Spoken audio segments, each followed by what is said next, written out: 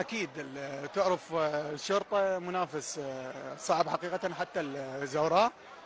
القوة الجوية دائما يعني ينضغط. احنا كلاعبين لازم تعرف حتى اللاعبين انه من ينضغط انه يريد اللقب الدوري. يعني عندنا لاعبين من افضل اللاعبين انه بالعراق. مباراة الكر كانت مباراة صعبة اكيد لان فريق شبابي، احنا نبحث على 3 نقاط، ما نبحث عن تعادل، يعني تعرف التعادل باعتبار خسارة لنا القوة الجوية، لان ما بها تعويض اعتقد. المرحلة الثانية يا رب انه نحقق هذا الموسم لقب الدوري ان شاء الله. سيكون بطل الدوري ان شاء الله الجوية قد النسبة؟ يعني 90%. ورد اسمك بالاستدعاءات الأخيرة لقائمة المنتخب الأولمبي. إبراهيم بايش يلعب الأكثر مركز، المنتخب الوطني، المنتخب الأولمبي، جهد هذا ما يأثر عليك كلاعب كجهد؟ ما يعني ماكو راحة للاعب.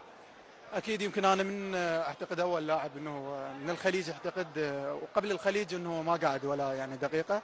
انصابيت اعتقد ملعب الكوت، حرمت 5 مباريات يعني انصابيت. اكيد نقول مبروك الكادر التدريبي بقياده الكابتن راضي شنيشل واللاعبين الابطال. تاهل الاولمبياد هو بحد ذاته انجاز. انا خادم المنتخب الوطني او كان الاولمبي، فتبقى الخيارات انه كابتن راضي انه يستدعي 6 لحق فوق السن القانوني 3 لاعبين اعتقد، فهو تبقى الخيارات له.